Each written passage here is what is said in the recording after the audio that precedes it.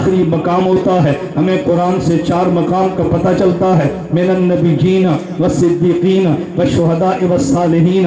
پہلے مقام ولایت ہے، اوپر مقام شہادت ہے، پھر مقام صداقت ہے، آخری مقام نبوت ہے۔ ہمارے نبی پیغام دینے کے لیے کہاں حجر پتھر سے چلے ہیں، آخری مقام نبوت تک گئے ہیں۔ تم کو کہ نبی پاک نے پیغام ان نبیوں کو دیا، یہ کہاں سے ثابت ہے؟ قرآن کریم میں ہے، وَإِذْ أَخَذَ اللَّهُ مِيثَاقَ النَّبِيِّينَ لَمَا آتَيْتُكُم مِّن كِتَابٍ وَحِكْمَةٍ ثُمَّ جَاءَكُمْ رَسُولٌ مُصَدِّقٌ لِّمَا مَعَكُمْ لَتُؤْمِنُنَّ بِهِ۔ تم نے میرے محمد پہ ایمان لانا ہے۔ بیت المقدس میں حضور امام بنے ہیں، باقی نبی مقتدی بنے ہیں، مقتدی آپ بھی بنتے ہیں، مقتدی انبیاء بھی بنے ہیں، مقتدی مسجد میں امام کا مقتدی بنے۔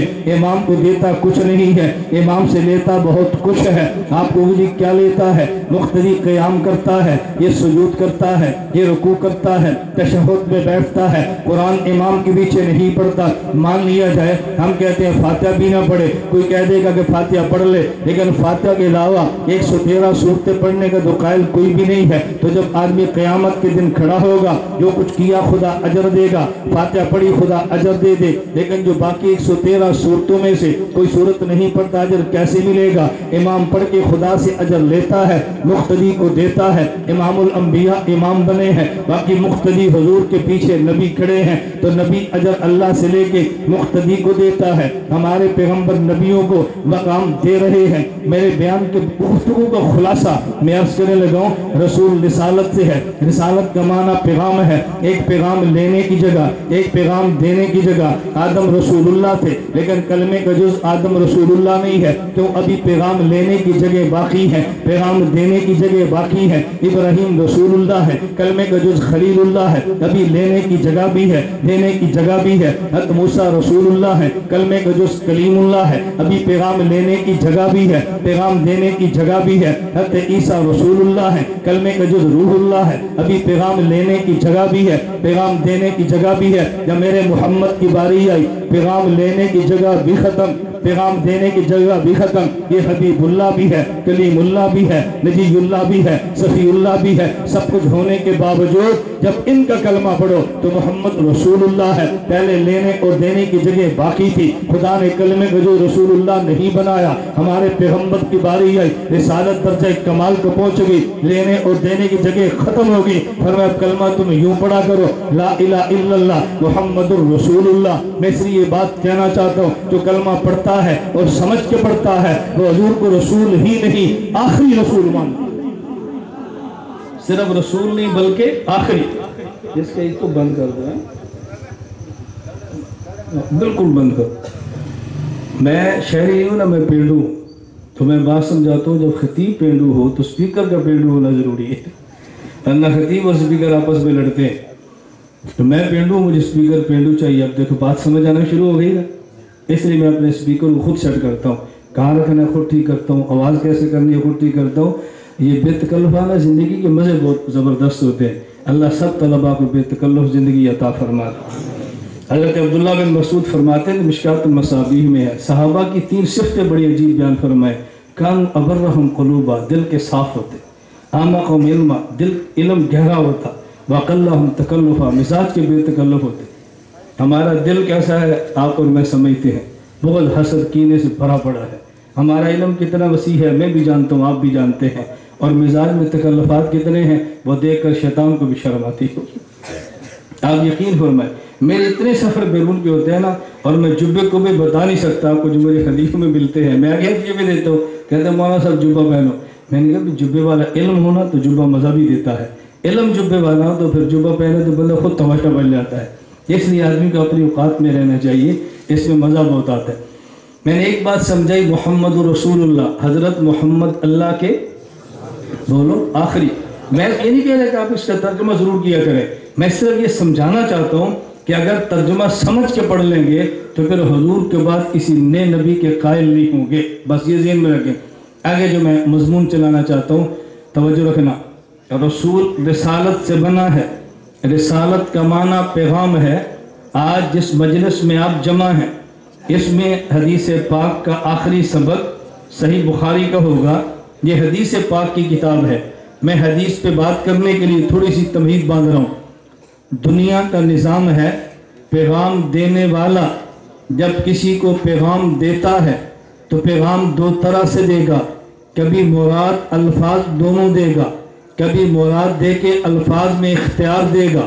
اگر پیغام دینے والا مراد الفاظ کے ساتھ دے یہ بھی پیغام ہے، مراد دے کے الفاظ میں اختیار دے دے یہ بھی پیغام ہے۔ اللہ اپنے پیغمبر کے ذریعے امت کو پیغام دو طرح سے دیتے ہیں، توجہ رکھنا۔ آپ تھوڑا سا دائیں بائیں ہوں گے نا، میرا مضمون آپ کو سمجھ نہیں آنا، میں اس لیے کہتا ہوں توجہ رکھنا۔ اللہ اپنے پیغمبر کے ذریعے جب امت کو پیغام دیتے ہیں، کبھی مراد خدا الفاظ خدا کی صورت میں دیتے ہیں، کبھی مراد خدا الفاظ مصطفیٰ کی صورت میں دیتے ہیں۔ مراد خدا الفاظ خدا کی صورت میں ہو، پیغام کا نام قرآن ہے۔ مراد خدا الفاظ مصطفیٰ کی صورت میں ہو، پیغام کا نام حدیث ہے۔ قرآن بھی پیغام خداوندی، حدیث بھی پیغام خداوندی۔ قرآن نہ مانے تب بھی بے ایمان ہے، حدیث نہ مانے تب بھی بے ایمان ہے۔ دیوبند والے قرآن بھی مانتے ہیں، توجہ رکھنا، دیوبند والے حدیث بھی مانتے ہیں۔ کبھی عقیدہ قرآن سے پیش کرتے ہیں، کبھی عقیدہ حدیث سے پیش کرتے ہیں، اور بعض لوگ ایک اصول بنا لیتے ہیں اور یہ حدیث کا عقیدہ تب مانیں گے جب یہ قرآن کے مطابق ہو، اگر قرآن کے مخالف ہو ہم قرآن کو لیں گے، حدیث کو چھوڑ دیں گے۔ میں خدا کی قسم اٹھا کے کہہ رہا ہوں، ہو حدیث پیغمبر قرآن کے خلاف ہو، ایسا ہرگز نہیں ہو سکتا، ایسا ہرگز نہیں ہو سکتا۔ حدیث پیغمبر ہوگی، قرآن کے خلاف نہیں ہوگی، البتہ قرآن کے خلاف نظر آئے گی۔ جب حدیث پیغمبر ہو، قرآن کے خلاف نہ ہو، لیکن قرآن کے خلاف نظر آئے، اہل نظر سے نظر کا علاج کروا، تجھے قرآن کے خلاف نظر بھی نہیں آئے گی۔ دیوبند والوں کے ہاں اہل علم کی درسگاہ بھی ہے، دیوبند والوں کے ہاں اہل نظر کی خانقاہ بھی ہے۔ ہم عقیدہ پیش کرتے ہیں، بے ہمارا نظریہ ہے اللہ نے کائنات کو بنایا ہے، اور بنانے کی ایک وجہ حضرت محمد مصطفیٰ صلی اللہ علیہ وسلم ہیں۔ کیا جی دلیل پیش کرو؟ المستدرک علی الصحیحین میں روایت موجود ہے، لولا محمد لما خلقتک، حدیث قدسی اللہ فرما رہے ہیں، اے آدم اگر میں نے محمد کو پیدا نہ کرنا ہوتا میں تجھے وجود نہ دیتا، تجھے وجود نہ دیتا۔ میں اور آپ پیدا ہوئے ماں باپ کی وجہ سے، وہ پیدا ہوئے حضرت آدم کی وجہ سے، اور وہ پیدا ہوئے حضرت محمد کی وجہ سے۔ پوری کائنات پیدا کی ہے انسان کی وجہ سے۔ هو الذی خلق لکم ما فی الارض جمیعا، جب انسان کو نہیں رکھنا آسمان و زمین اور اس کے درمیان کی چیزوں کو فنا کر دیا جائے گا۔ میں نے کہا حدیث آ گئی ہے، سند کی اعتراض اور بحث میں نہیں کرتا، وہ آپ کے بس میں نہیں ہے اور بحث بدل جاتی ہے۔ میں سمجھانے لگا ہوں یہ کس آیت کے خلاف پیش کرتے ہیں کہ ہم یہ عقیدہ نہیں مانتے۔ کیوں؟ جو حدیث تم نے پیش کی ہے یہ قرآن کے خلاف ہے۔ قرآن کریم میں ہے وَمَا خَلَقْتُ الْجِنَّ وَالْإِنسَ إِلَّا لِيَعْبُدُونَ، اللہ فرما رہے ہیں ہم نے انسان کو عبادت خدا کی وجہ سے پیدا کیا، تم کہتے ہو مصطفیٰ کی وجہ سے پیدا کیا۔ یہ حدیث تو قرآن کے خلاف ہے۔ میں مثال دینے لگا ہوں، میں جامعۃ الفرقان بیان کے لیے آیا، میرے بیان کے بعد دو طالب علم خسر پسر کرنے لگے، بھئی کیا جھگڑا کیا ہے؟ اس نے کہا جی میں نے اس لڑکے سے پوچھا مولانا گھمن جامعۃ الفرقان کیوں آئے ہیں؟ وہ کہتے ہیں تجھے نہیں پتا، بیان کے لیے آئے ہیں۔ میں نے مولانا سے پوچھا آپ کیوں آئے ہیں؟ کہتے ہیں تجھے نہیں پتا، مولانا مشتاق صاحب نے دعوت دی ہے۔ تو دیکھو وہ کہتے ہیں بیان کے لیے آئے، مولانا کہتے ہیں مولانا مشتاق صاحب کی وجہ سے آیا۔ میں نے کہا بیٹا ادھر آؤ، اس میں جھگڑنے کی بات کیا ہے؟ جب تو نے اس بچے سے پوچھا مولانا کیوں آئے ہیں، اس نے آنے کا مقصد بتایا جو کہ بیان ہے۔ مجھ سے پوچھا کیوں آئے ہیں، میں نے آنے کا سبب بتایا جو کہ میرا میزبان ہے، میرے آنے کا مقصد بیان ہے، میرے آنے کا سبب میزبان ہے۔ ہم نے قرآن سے پوچھا انسان کیوں بنایا، فرمایا لیعبدون، مقصد عبادت خدا ہے۔ ہم نے حدیث سے پوچھا انسان کو کیوں بنایا، لولا محمد لما خلقتک، وجہ آمد مصطفیٰ ہے۔ توجہ رکھنا، مقصد مقصد عبادت خدا ہے اور سبب آمد مصطفیٰ ہے۔ مقصد الگ ہوتا ہے، سبب الگ ہوتا ہے، مقصد سبب میں فرق تو نہیں کر سکتا۔ اور اعتراض کس پہ ہے؟ دیوبند کی پیش کردہ حدیث پہ، اور یہ حدیث قرآن کے خلاف ہے۔ اے کاش تو نے پڑھا ہوتا در تناقض حشد وحدت شرط داں وحدت موضوع و محمول و مقام۔ میں صرف طلباء کے لیے اشارے کر رہا ہوں، اعتراض یوں نہیں کرنا چاہیے۔ مقصد الگ ہے، سبب الگ ہے۔ قرآن نے انسان کی پیدائش کا مقصد بتایا اور حدیث پاک نے انسان کی پیدائش کا سبب بنایا۔ مقصد الگ ہے، سبب الگ ہے۔ نمبر 2، دیوبند کا عقیدہ آ گیا۔ ہمارے پیغمبر پاک صلی اللہ علیہ وسلم نے ان مبارک آنکھوں سے اللہ کا دیدار کیا ہے۔ کہا جی دلیل پیش کرو۔ میں نے کہا المستدرک میں روایت موجود ہے، الخصائص الکبریٰ میں موجود ہے، انس بن مالک راوی ہیں، عبداللہ بن عباس راوی ہیں رضی اللہ عنہم، ان محمدًا قد رأى ربہ رأیت نور العظم۔ اللہ کے نبی نے خدا کو دیکھا ہے۔ کہا یہ تمہارا عقیدہ ٹھیک نہیں ہے کیونکہ یہ قرآن کے خلاف ہے۔ قرآن کریم میں ہے لا تدرک الابصار وهو يدرك الابصار، کوئی آنکھ بھی خدا کو نہیں دیکھ سکتی جب کوئی بھی نہیں دیکھ سکتی۔ حضور نے دیکھا کیسے؟ یہ حدیث قرآن کے خلاف ہے۔ میں نے کہا چلیے توجہ رکھنا، یہ قرآن کے خلاف ہے۔ ہم دیوبند والے تمہیں بد دعائیں نہیں دیتے، ہم دعا دیتے ہیں اللہ تمہیں ہدایت دے، ہدایت کے بعد جنت میں جگہ دے،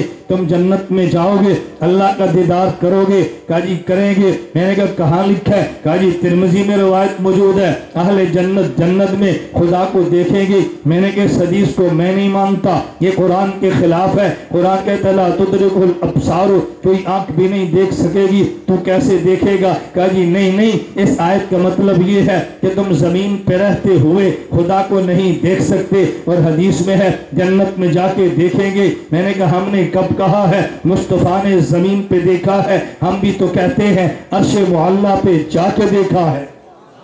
تم جنت میں جا کے دیکھو، قرآن کے خلاف نہیں ہے۔ ہمارے نبی عرش پہ جا کے دیکھے، یہ قرآن کے خلاف کیسے ہے؟ اچھا عرش پہ گئے تھے؟ میں نے کہا جی ہاں۔ کیوں گئے تھے؟ اللہ سے گفتگو کی ہے، تو پھر ہمارا عقیدہ ثابت ہو گیا نا۔ میں نے کہا کون سا؟ وہ جی اللہ عرش پہ ہے۔ دلیل اللہ نے حضور سے بات کرنی تو عرش پہ بلایا ہے، اگر عرش پہ نہ ہوتے وہاں جا کر بات کیوں کی ہے؟ میں نے کہا تجھے کوئی کہہ دے گا اللہ کوہ طور پر ہے، دلیل کیا یا موسیٰ علیہ السلام سے بات کرنی تھی کوہ طور پہ بلایا ہے، تو کیا جواب دے گا؟ کوئی کہہ دے گا اللہ جامعۃ الفرقان کی مسجد میں ہے۔ جی کیوں؟ اس کی وجہ جب بندے نے اللہ سے بات کرنی ہو نماز پڑھتا ہے، نماز پڑھنی ہو تو مسجد میں جاتا ہے، اللہ نہیں تھا تو بات کس سے کرتا ہے؟ تو جواب کیا دے گا؟ تو نے ایک شبہ کیا، ہم نے 2 شبہات پیدا کر دیے۔ توجہ سے بات سمجھنا۔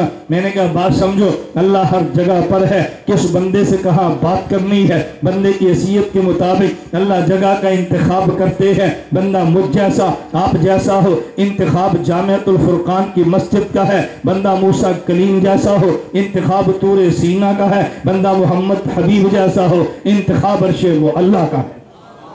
میں نے کہا ایسی دلیلیں مت دو، کوئی کام کی دلیل ہے تو پیش کرو۔ اور یہ حدیث پاک میں نہیں ہے۔ حضور کو اللہ نے عرش پہ بلا کے فرمایا ادنو انی یا محمد، میرے قریب ہو جاؤ، میرے قریب ہو جاؤ محمد، میرے قریب ہو جاؤ۔ اگر اللہ عرش پہ نہیں ہے تو کیوں کہتے ہیں میرے قریب ہو جاؤ؟ میں نے کہا تم نے حدیث کو پڑھا ہے، اب قرآن کو چھوڑ دیا ہے۔ کہا جی وہ کیسے؟ میں نے کہا قرآن کریم سورہ علق میں ہے اسجد، یا بندے سجدہ کر۔ سجدے کا معنی یہ نہیں ہے عرش پہ آ جا، سجدے کا معنی وضع الجبہۃ الارض، اپنی پیشانی کو زمین پہ لگا دے۔ اللہ کیوں سجدہ کرو؟ فرمایا اقترب، میرے قریب ہو جا۔ حضور کو عرش پہ بلا کے ادنو کہا، مجھے فرش پہ پیشانی لگوا کے اقترب فرمایا۔ توجہ رکھنا، اللہ عرش پر ہے، انہیں عرش پہ بلا کے ادنو کہا، فرش پر ہے، مجھے سجدہ کرا کے اقترب کہا۔ حضور کی شان کے لائق عرش تھا، انہیں عرش پہ بلا کے ادنو فرمایا۔ میری حیثیت کے مطابق فرش تھا، میری پیشانی فرش پہ لگوا اقترب فرمایا۔ فرش پر بھی ہے، عرش پر بھی ہے۔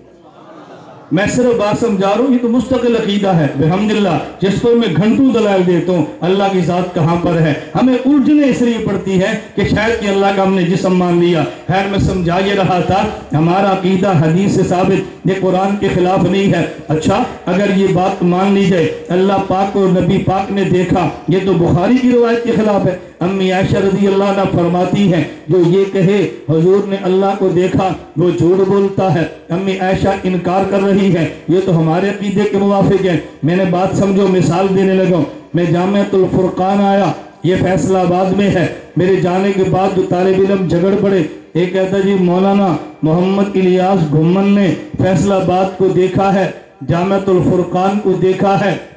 دوسرا کہتے ہیں نہیں، نہ ہی فیصل آباد دیکھا ہے نہ ہی جامعۃ الفرقان دیکھا ہے۔ اب یہ دونوں جھگڑ رہے ہیں، مولانا ان کو بلا لیتے ہیں، مولانا پوچھتے بھی کیا جھگڑا ہے؟ ایک کہتا ہے جی مولانا صاحب نے جامعۃ الفرقان دیکھا ہے، دوسرا کہتا ہے نہیں دیکھا۔ بھئی تو کہتا ہے دیکھا ہے، تیری کیا دلیل ہے؟ کہا جی مولانا صاحب کی آنکھیں ہیں، بجلی تھی، لائٹیں تھی، دیکھا ہے، تو تیری کیا دلیل ہے؟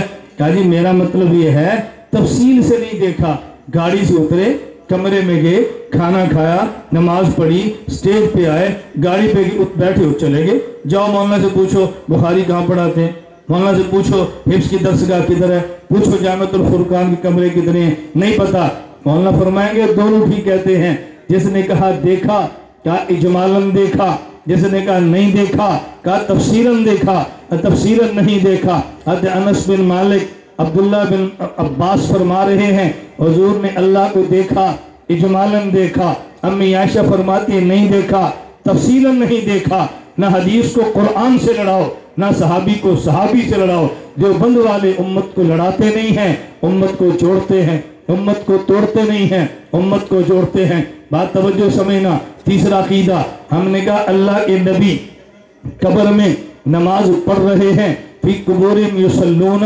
کہا جی تمہارا یہ جو عقیدہ نبی قبر میں نماز پڑھتے ہیں یہ حدیث قرآن کے خلاف ہے، قرآن کریم میں ہے، قرآن کریم میں ہے وَاعْبُدْ رَبَّكَ حَتَّىٰ يَأْتِيَكَ الْيَقِينُ۔ یقین کا معنی موت ہے، اے محمد عبادت کرو موت تک۔ عبادت میں سب سے اعلیٰ اہم نماز ہے، تو نماز موت تک پڑھو۔ توجہ رکھنا، حدیث میں آ گیا نماز قبر میں پڑھتے ہیں، قرآن میں آ گیا موت تک پڑھو، حدیث قرآن کے خلاف ہوگی۔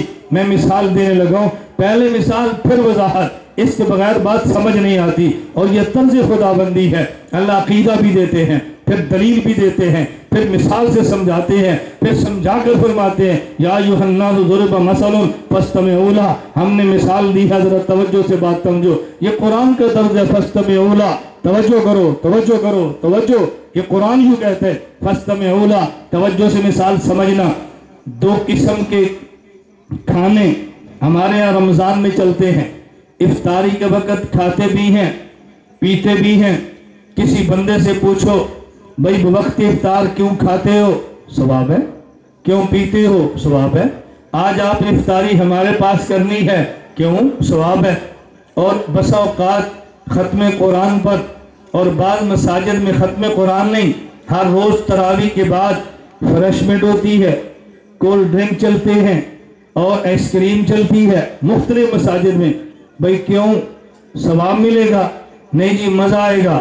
اس کا معنی کہ کھانا دو قسم کا، کبھی کھائیں تو ثواب، نہ کھائیں تو عذاب۔ افطاری کا وقت ہو، کھانے پینے کی چیزیں موجود ہوں، پھر بھی نہ کھائیں، روزہ لمبا کریں، گناہ و عذاب ہے۔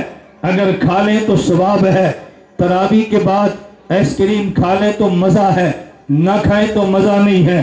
تو جس کھانے اور پینے کے ثواب ہو اسے کہتے ہیں یہ امر وہ ہے جو تکلیفی ہے، اور جس کے کھانے پینے میں مزہ آئے کوئی ثواب نہ ہو اسے کہتے ہیں تلذذی ہے۔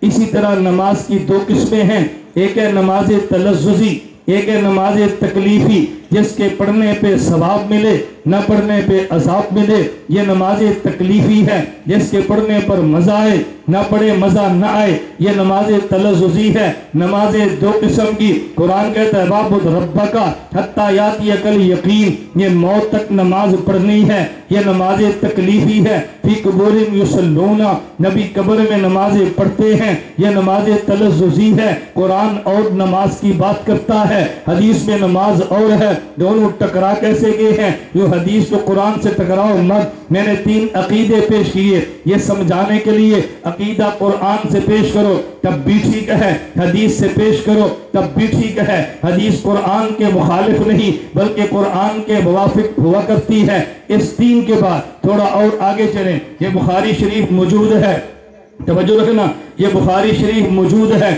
میں یہ بات کیوں کہنے لگوں؟ کبھی اعتراض قدوری پہ ہے، کبھی اعتراض ہدایہ پہ ہے، کبھی اعتراض کسی اور کتاب پر ہے، سب کو چھوڑو۔ کبھی فضائل اعمال پر ہے، کبھی فضائل صدقات پر ہے، کبھی بہشتی زیور پر ہے۔ ہمارے لوگ گھبرا جاتے ہیں اور یہ اعتراض ہو گیا، میں نے کہا اعتراض تو بخاری پر بھی ہے، کیا ہم چھوڑ دیں گے؟ بخاری پہ اعتراض آیا، نانا فضائل اعمال پہ اعتراض آئے، ہم جواب دیں گے اور جواب سے بات کھولیں گے۔ بہشتی زیور پہ اعتراض آئے، ہم جواب دیں گے۔ میں خدا کی قسم اٹھا کے کہہ رہا ہوں، پوری دنیا میں ہم نے یہ بات کھل کر کی ہے۔ اکابر علماء دیوبند فخر ہیں، ان کے جوتے ہمارے سر کا تاج ہیں، ان کے پاؤں کی مٹی میری آنکھ کا سرما ہے۔ ہمیں ان سے کوئی کاٹ دے یہ کسی کے بس میں نہیں ہے، جو قربانی ہو سکتی ہم نے وہ دی ہے۔ اکابر علماء دیوبند کا نہ دامن چھوڑا ہے نہ چھوڑ سکتے ہیں۔ دیوبندیت کے نعرے لگائے تھے، آج بھی لگاتے ہیں، آئندہ لگاتے رہیں گے۔ میری سمجھ سے بالا ہے،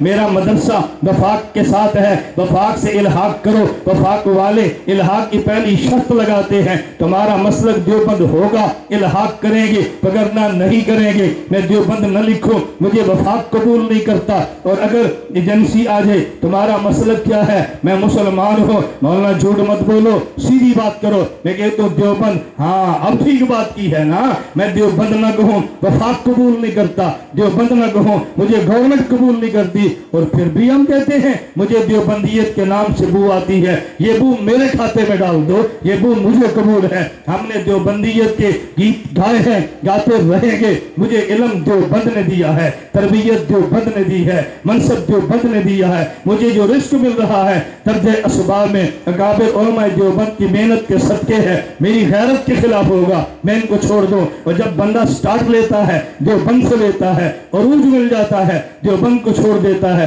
یہ غیرت کے خلاف ہے۔ جہاں سے چلو وہیں آگے چلو۔ میں اس لیے بات کہہ رہا ہوں، میں نے کھل کے نظریات پیش کیے۔ یہ بخاری شریف پہ اعتراض آگے ہم نے کھلے عام جواب دیے ہیں۔ میں صرف 2 اعتراض پیش کرنے لگا۔ صحیح بخاری پہ اعتراض آیا اور یہ بخاری قرآن کے خلاف ہے۔ کیوں خلاف ہے؟ کہا جی قرآن کریم میں ہے اِنَّهُ لَا يُفْلِحُ السَّاحِرُ، جادوگر کامیاب نہیں ہو سکتا۔ صحیح بخاری میں ہے نبی پاک پہ جادو ہوا تھا، جادوگر کامیاب ہوئے تھے، نبی پاک بھول جاتے تھے۔ تو دیکھو بخاری قرآن کے خلاف ہے، ہم حدیث نہیں مانتے۔